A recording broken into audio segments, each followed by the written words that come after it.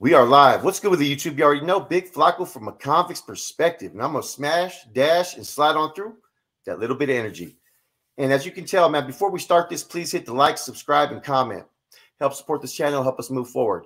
So I got a special guest. I'm going to talk a little bit about how I met this the man here that's our guest today, Mike Ortoll.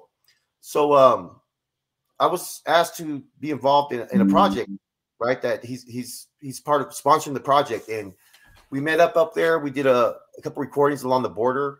It was real cool. The drone scenes and all kinds of stuff, man. And we started talking and just about life and about, addiction and about the struggles and about government issues as well. And we just naturally clicked.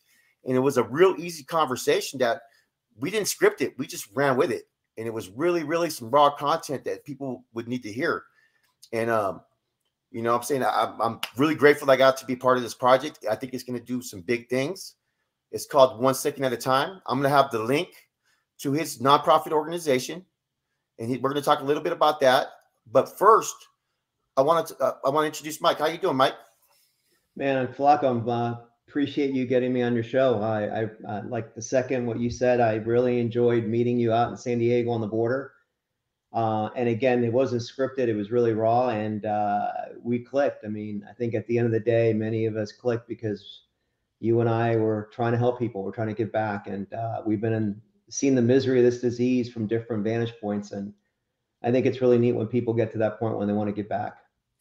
Okay, so before we go into I know which direction we're going to be going on into this. I just want you to tell the viewers a little bit about your back history, where you grew up, what you do, and so forth. Yeah, I grew up in Miami. I was born and raised in Miami. Yeah, man, Cuban from Miami. Was born there, and my dad returned and got thrown in prison for 10 years. My grandfather, unfortunately, was a communist in Cuba, and my father was fighting against Fidel. So we escaped in the middle of the night, my grandmother with my brother and I, and didn't see my mom and my little sister till I was 7, and didn't see my dad till I was 12. So we were raised in Miami Beach, and I was the first one that went off and got an education. I went to Florida State University, graduated, been blessed, had a career in risk management insurance for 40 years. And along the way, I built a family, had a wife and 2 kids. I have a son, Michael, and I had a daughter, Christine. And unfortunately, about 12 years ago, she fell to drugs. She fell to opiates. And I had just sold a company and got out of that early after I sold it. Left a lot of money on the plate because I wanted to focus on being the best version of myself. And she had the ability to go to a lot of treatment facilities. And, unfortunately, this disease, you don't get it right and you relapse. And she finally got sober, and she had 3 beautiful years of sobriety. And her last relapse, unfortunately, was during COVID. I think that was a horrible time for anybody with this disease or not. It doesn't matter.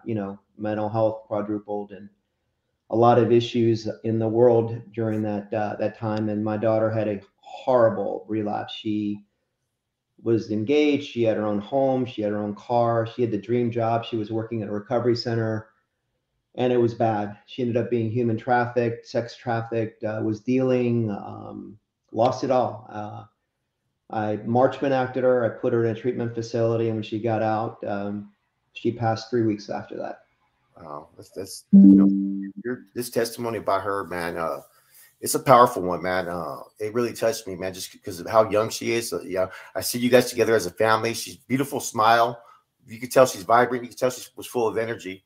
And I don't think people realize that this disease does not discriminate what side of the tracks you're from. You could have the best upbringing, right?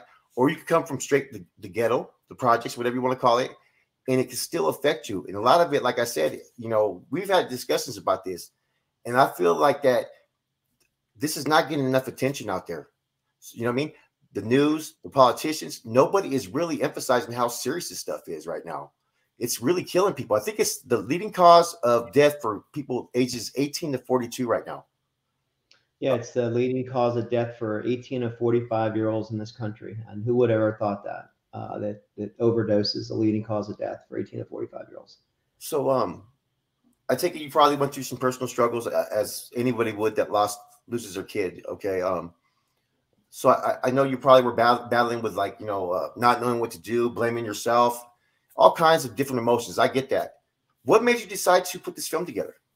Yeah, so I mean, Flacco, a good, segue into it. Man, it's been rough. I can't tell you the first year was rough. I didn't want to start a charity till a year after, and that first year was tough.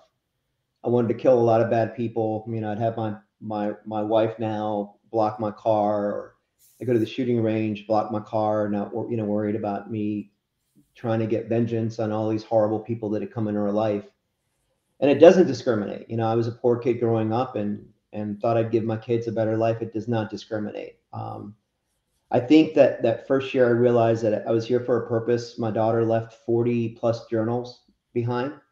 And one of the journals I kept looking at every day when I was having a bad day. And it was about 12 pages. And it basically said, I don't want to be defined by my disease.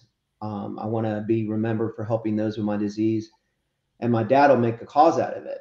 Well, I wasn't ready to make a cause of it out of it at the beginning. But when I did, I didn't even know that I wanted to do a film. I just wanted to start a charity. And because I had a friend of mine, a fraternity brother, who we had shot him, we funded, me and three other fraternity brothers funded a documentary called The Bobby Bowden Dynasty. And it was about faith, family, and football, about Coach Bowden at FSU, Florida State University. I thought that he could capture this, we could capture this feel for this disease. And, we did more than that. We're shooting a film, and we're at the end of it, called 1 Second at a Time. And it shares the struggles that Christine had for 10 years battling this monster of addiction through her journals, and through the and her closest friends, and through a lot of the experts in the industry. Yeah. And then, one of the other things we saw a need for was meeting our initiatives. And one of them was college recovery. Our school had a college recovery program called Lift, and it wasn't at all funded. And we funded it, and now they were able to see 1,857 students in the first year. So, we're already making differences. We went up to Tennessee to shoot some of the women that graduated with my daughter in the last recovery center that she was at before she passed. And the ones that are still sober today pledge it for my daughter, because Christine made a difference in their lives. That's awesome. She was, even though she relapsed, she wanted to make a difference. So, and during this, I found my light, and my light was really this has become my purpose. I've been blessed with a passion in my field, but this has become my purpose. And I think letting go and forgiving myself, Flacco, is why I'm here. A lot that I forgive everybody else. That's awesome, man, because one part of the that interested me is that you want to hold the insurance companies accountable. I thought that was awesome that you came out vocally and said that, because that's what you specialized in. You know what I'm saying? Was the big corporation industries for their insurance. Well, I'm a partner in a public insurance company. We're one of the 20 biggest ones in the world. And, I have another company that's done very well, but, I know now why I'm on this path, and I can use that network for this, again, it's become my calling. Either this, or if it wasn't for this, I'd be in jail or dead. Yeah. So let's go. Make me laugh right now. So let's go into this movie. Okay, this movie is going to be shown on every platform. I'm going to put the link for everybody to subscribe for free. With the option, if you go to our website, you could see it for free and donate to an open heart. So if you go to ChristinaOrtollRecovery.org, or if you go to 1secondatatime.com, you sign up for it. And when we release it in late January 2023, you get to see it for free. If you want to donate with an open heart, you can. And what we use all the monies for is future shootings, future productions. All the money goes into our faith-based production group. I've now put money into this production group to show and change lives. The first movie they made, which is why we kind of made a directional change with the production, as you know from the beginning, because you were involved in it early in San Diego, was we went with a group that really had shot this before. And this team, Tim Sears Force, Don Fajardo, Brian, and their team had shot a movie called Break Every Chain. And it's a movie about a police officer, John Hickory, true story, who works in West Virginia. He's a rural police officer, and fell to, the PTSDs of being a police officer. Started Yes. drinking and infidelity and almost committed suicide. Turned his life around through faith, and now he started a foundation, and it's got millions of views, and he's giving back to police officers, and the testimony is in the tens of thousands of police officers and families that have written back, thank you. We feel like we're not alone. We feel connected. Thank you.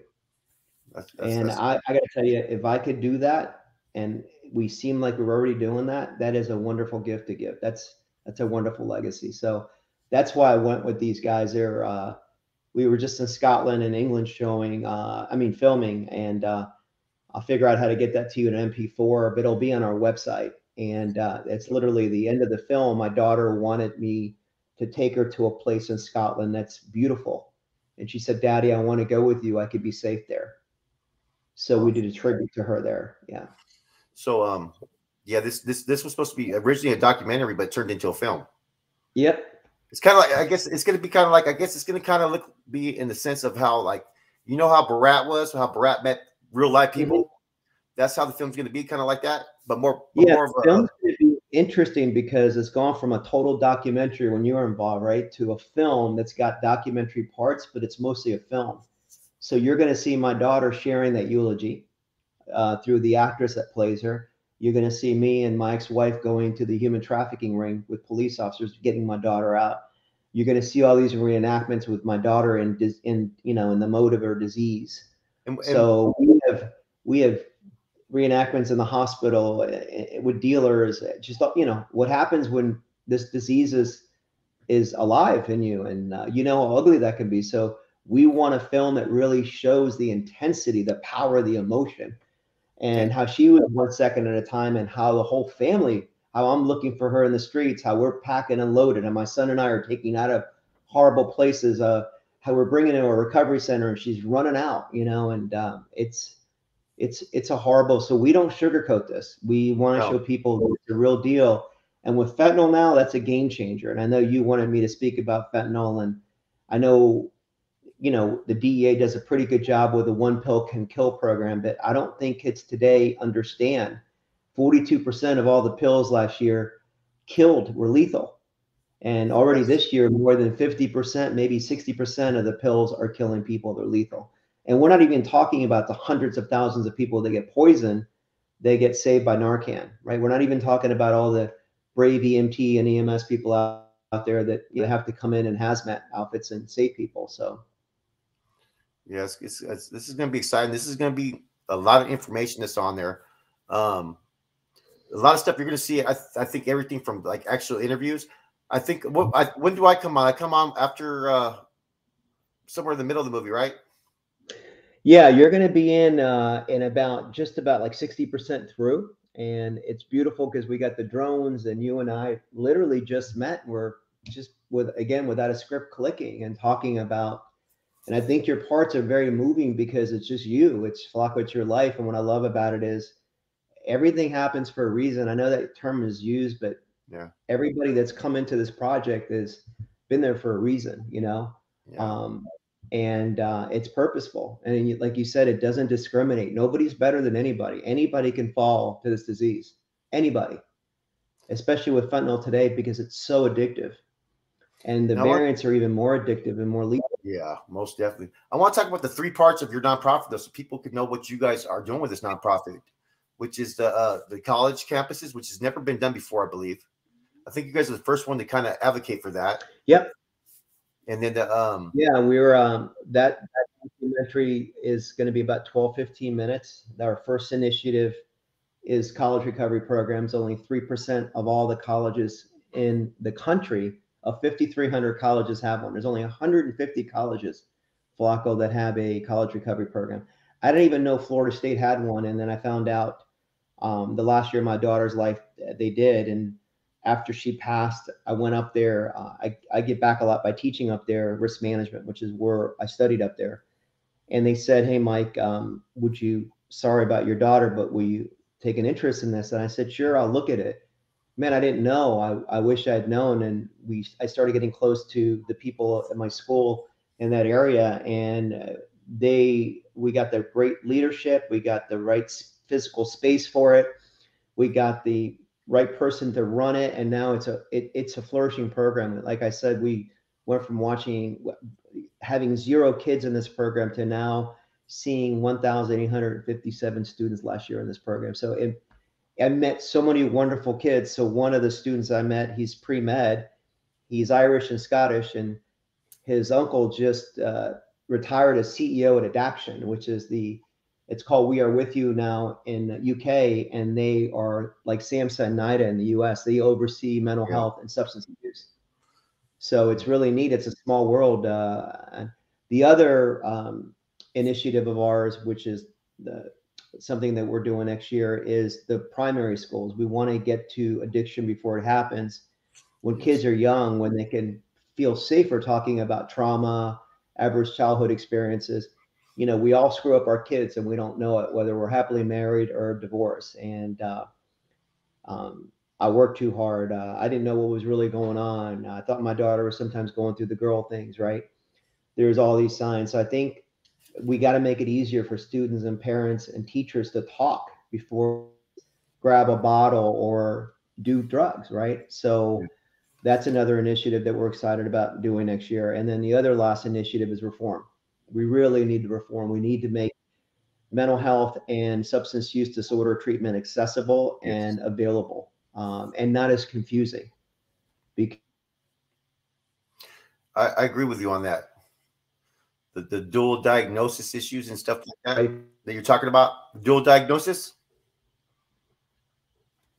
Can you hear me? You froze up a little Flacco, bit. I'm on. Can you hear me?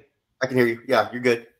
The dual diagnosis, that's where we click. You were, I don't think people understand. I think there's about 85% of people have some type of mental, I'm not going to call it disease, but some type of mental impairment kind of, to where they need some type of psychological or some type of treatment, right? Can you hear me?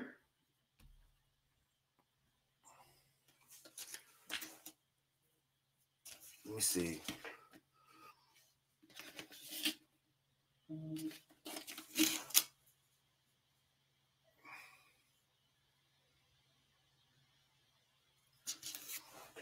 Okay, let's bring it back in.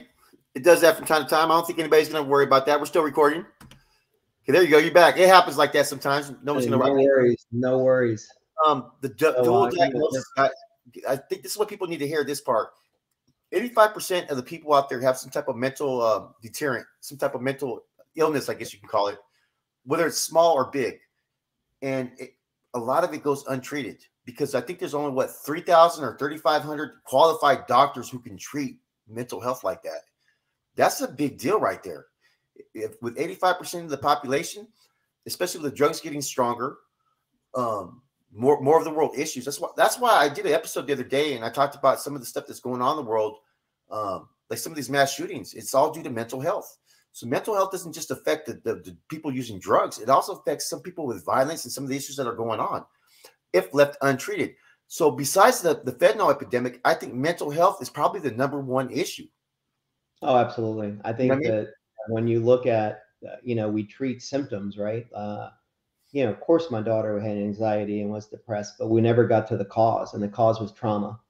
So not to hurt anybody else, we call it birth trauma. She had a tough delivery, my ex-wife, and my daughter didn't have oxygen and was in the ICU for weeks. But the other major problem was divorce trauma, and that's a tough one for kids. And, what psychiatrists call them, what we call it in, social work schools, therapists, counselors, it's adverse childhood experiences. So, nobody wakes up putting a needle in their arm. That's not a recreational drug. It's not like smoking pot or wanting to get high a little bit. That's an isolation drug. And what you're doing is you're escaping reality because you're traumatized. You don't want to deal with it. So I think when you look at this disease, right, mental health and a disease of substance use disorder, most of the people that are using significant drugs have a dual diagnosis. They have mental illness and substance use disorder. that's a tough thing because you have to get to that root cause, which means you have to do, you just can't treat the addiction, but like you said, you have to treat the addiction sometimes and stabilize it with methadone or Suboxone or Benadryl. So, some people, we are about any path that anybody wants to take to get sober or be in recovery, Flacco. That's okay with us. We don't pick sides here on 12 steps or medications for opioid use disorder, whatever it takes to get somebody on their path to recovery. Amen, man. That's what I tell people all the time, like about the higher power. I tell people whatever works for you. I don't care if you're a Jew, Muslim, Buddhist, Christian, Catholic. If it helps you become a better person, helps you stay sober and do this, or at least stay clean. If it helps you do those things to make you a better person, I'm supportive of any of it. Too many people are worried about which program people use, or if it's done this way or done that way. And the funny thing about it, most of those people that do that are the same people that were addicts that couldn't control their own lives. I believe that recovery is based upon suggestions. You can only give suggestions and tools for each person, and it's up to them to do the work. Because none of us can do it for them. And this is to all the listeners out there, because I know I have a lot of people who tap in. I had a lady come in, her daughter, she passed away recently. She was given a pill and she ate it. She passed away, had fentanyl in it. Right now, at a young age, like you said, it's the same thing. I was working on a project.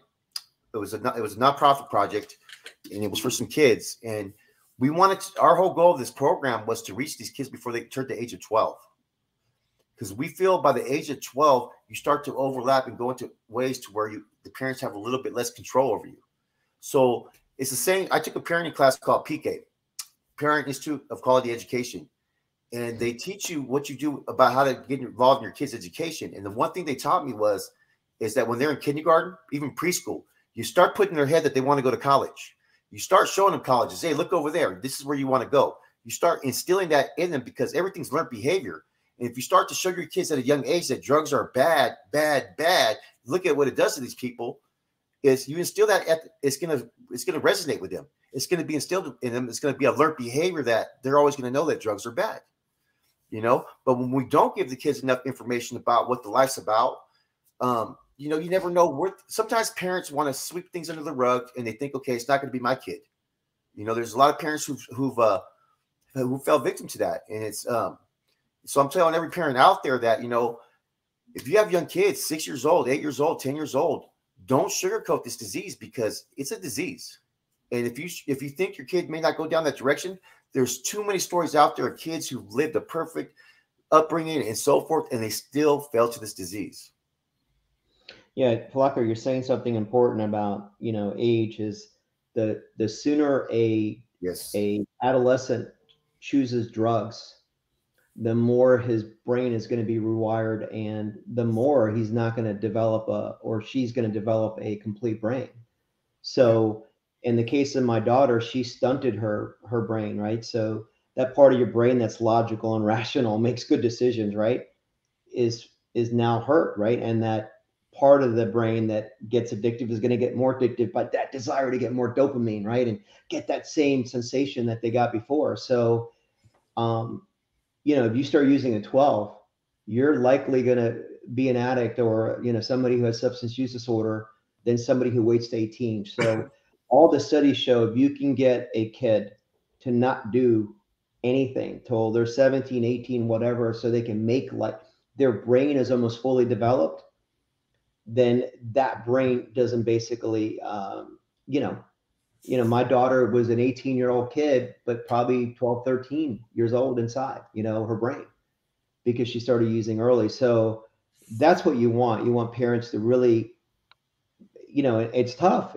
Again, I lived it, would love to go back in time, but the reality of it is this is my reality. I can only tell parents the best you could do is be there, be balanced, not bring trauma and crap to the house, right?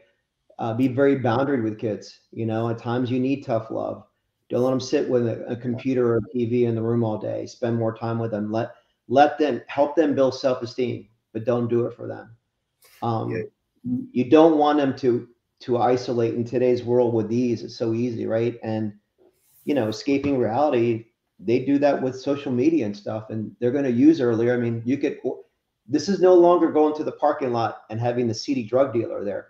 It's all done on this, on WhatsApp, TikTok, and the dealer drops off a package or they pull up in a fake, crime truck, right? And it's a different world today. You don't have to leave the house; it's delivered to you, like Uber Eats.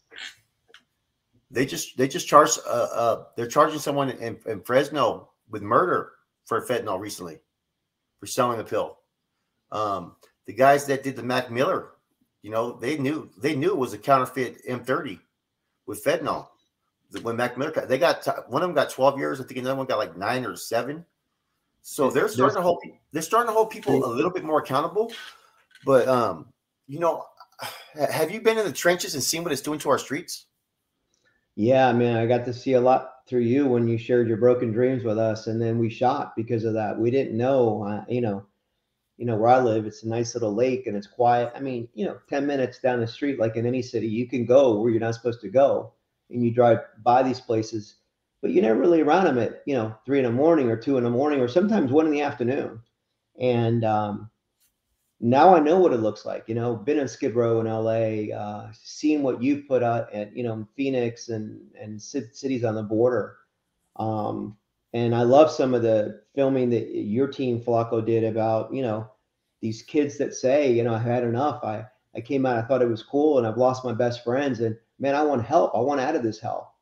So those are the ones that we're showing is these kids started with heroin and end up with fentanyl, and it's so addictive. But having a beautiful kid tell that on the air and saying, man, this is the worst decision I ever made in my life. This is horrible. I've seen my good friends that I came out here with die in front of me.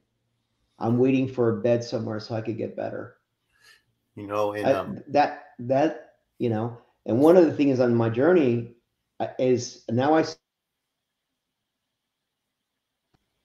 they're not homeless to me. They're not addicts, right? We want to destigmatize the disease. To me, they're human beings that were damaged along the way and used. And if they want help, we should give them help. I totally agree. So what do you hope to accomplish with this film? I think we want to make a difference. We want to make a difference. We could save a life or two. That'd be great. I think the production team, Tim Searforce and team Danny Fajardo, are wonderful filmmakers, and I think they will touch people with this film. Like I said, it's a hybrid. It's going to be a documentary shot like a premiere film, and you're going to feel the intensity. You're going to feel that we loved our daughter, but we hated her disease, and I was never ashamed of her. I hate this disease, just like people hate cancer. I hate this disease, but at the same time, I respect it. It's a monster. But like you said, Flacco, you're spot on. You can't do the work for them. No. And I took her to water a bunch of times, and when she drank it, she got better. But they have to want to drink that water. And that means you got to do your part. You got to make them not feel ashamed. You got to make them feel that you still love them. You got to make them feel that you hate the way they feel as well. But they have to do the work.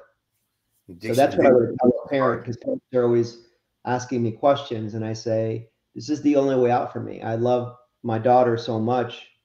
So I pour my love for her into this project. Plus, it's a lot better than not letting go and forgiving myself and others, because like I said before, I'd be in prison or dead. Yeah. Most definitely, man. It's a sad story, man. How was she when she passed away? 26 years old, man. Yeah. I've been experiencing a lot of death, man. And it's just, with the fentanyl too, a lot of people just passing, they're dying left and right, man. I mean, I've never seen anything. I remember the crack epidemic. That was whatever. This is on a whole higher level that I've never seen before. You got people doing things that you would never think of, like girls that were just perfect. Now they're, prostitute themselves out. People that are, they're robbing each other at night for this stuff. It's almost like zombie land out there, believe it or not. When you go out there, it's like it's zombies out there.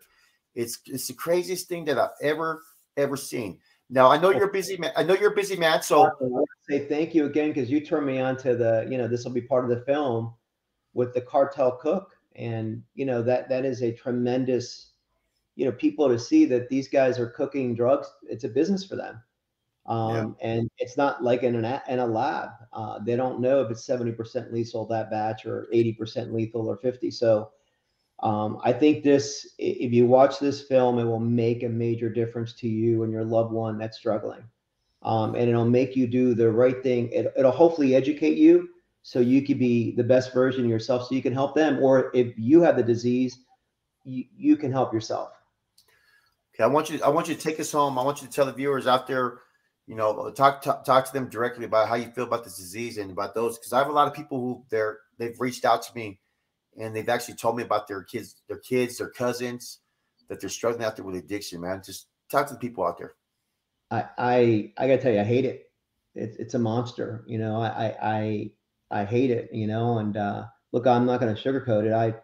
I've been there. You know, I was single for 20 years and had money and did some things that I regretted and partied and stuff. And lucky not to be an addict, but you know, today you don't get to party. You don't get to go out and do something. This fentanyl is in everything. It's in powder. It's in pills.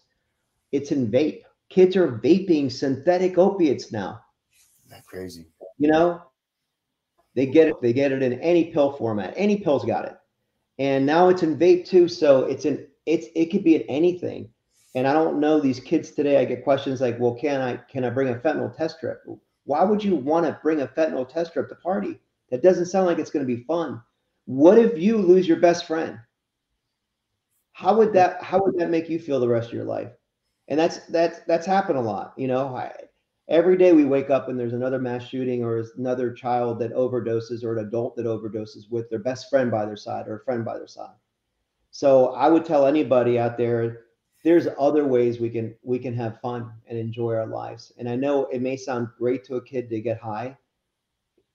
Just talk to somebody, talk to your best friend, somebody about why you, when you have the insane compulsion to do that, why you want to do that, right? And yes, there's a lot of ways to have fun, and you don't have to, you know. I don't know today why anybody would do that when fentanyls and everything. It would be scary for me to be back in college. Most definitely. Well, I want to thank you for your time. I think you guys, you're gonna have to check it out 1 second at a time. It's gonna come out sometime in January. I'm gonna post a link, guys. Go in there. If you have an open heart, you want to donate to the cause, donate to the cause. Good time of year to do that. We look forward to seeing you guys watch the movie. Spread the word, though, guys. And everybody should watch this movie, even if, especially those that don't feel like they're affected by it, because there's a lot of people out there. Well, it's not going to happen to my relatives. 1 in every 2 people experience this.